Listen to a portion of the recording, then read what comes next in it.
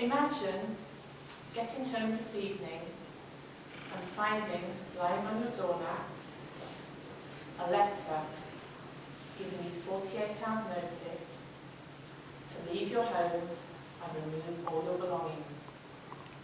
How would you be feeling?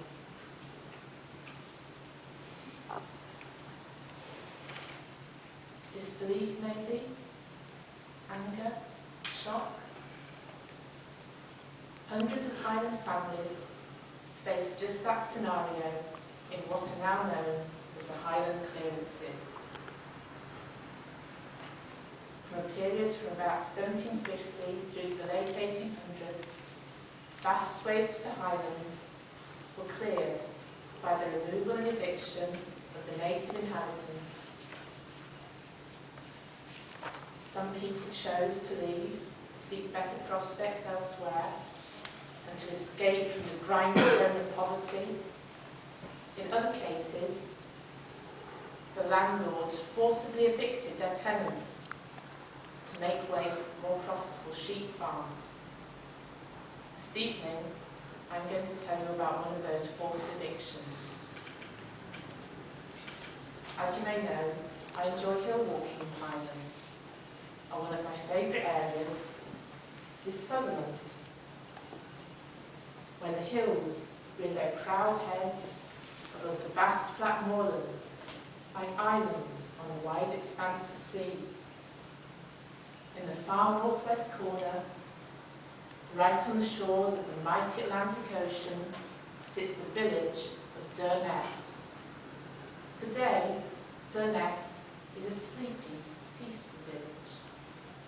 But back in 1841, it was the scene of protest, tumult and riot. So what caused the riots? And what happened? And what was the aftermath? Durness lies in the heart of Mackay country. And back in the 1800s, Eric Mackay, the 7th Lord Reay, needed monies to fund his lavish, luxurious lifestyle. To increase his rents, he set up sheep farms, and he moved his tenants to new crofting townships on the coast. There was little arable land there, so the crofters turned to fishing to eke out their meagre living. Many of them were attracted to the nearby townships of James Anderson, who ran a flourishing fishing business at Rispond, just east of Durness. However, in the 1830s, there was a downturn in the fishing business, and James Anderson too decided to evict his tenants to make way for sheep farms. So what happened?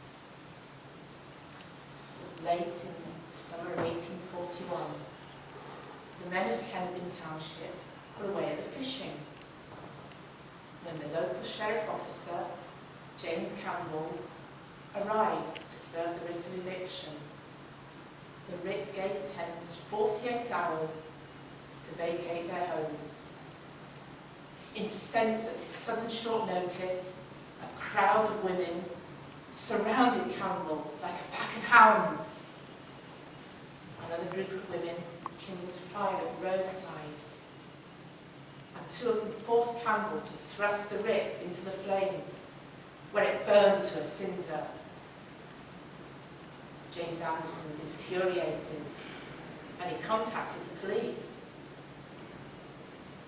A few days later, Superintendent Philip Mackay arrived from the county town of Durness with a new writ to serve.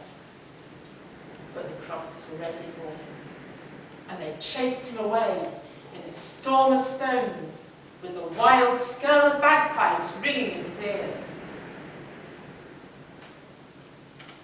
Finally, in September, the Sheriff of Sutherland, Hugh Lumsden, assembled a party of trusty lawmen in Durness to accompany him north to Durness to serve the writ.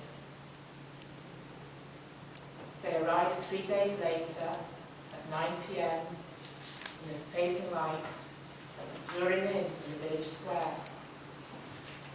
Meanwhile, on a small hill behind the inn, a crowd of crofters had gathered. And at 10 p.m, in the encroaching darkness, they charged the inn and chased the lawmen out into the black darkness of the night. There they saddled up the lawmen's horses and sent them packing on their way.